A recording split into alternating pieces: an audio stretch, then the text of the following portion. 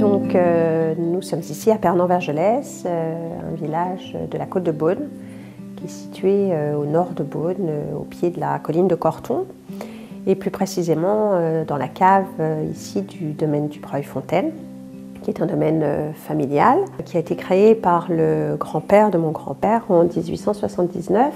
Alors nous travaillons aujourd'hui sur une vingtaine d'hectares et une vingtaine d'appellations. On a la chance d'avoir blanc et rouge et également toute la gamme des appellations bourguignonnes, c'est-à-dire de l'appellation Bourgogne régionale à l'appellation Grand Cru en blanc et en rouge. Donc l'appellation rouge est l'appellation Corton et l'appellation vin blanc est l'appellation Corton-Charlemagne. Alors Corton-Charlemagne est uniquement situé en Côte de Beaune. C'est un blanc sec bien sûr, comme tous les vins blancs de Bourgogne. Et on ne va pas parler de vin fruité pour Corton-Charlemagne parce qu'on va plutôt être sur un vin qui aura une tendance assez minérale.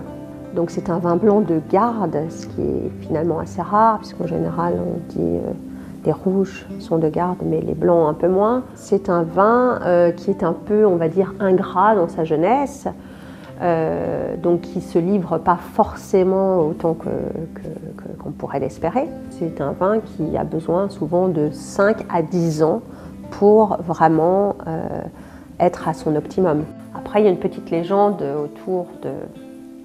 autour de ce cher Charlemagne, donc qui est d'ailleurs intéressante parce qu'elle permet en général de bien se souvenir que Corton-Charlemagne est seulement blanc.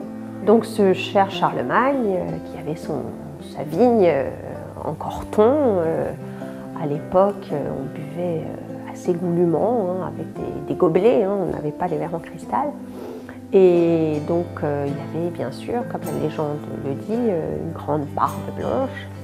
Quand il buvait un peu vite avec son gobelet et que son vin était rouge, il tachait sa barbe, ce qui déplaisait fortement à son épouse.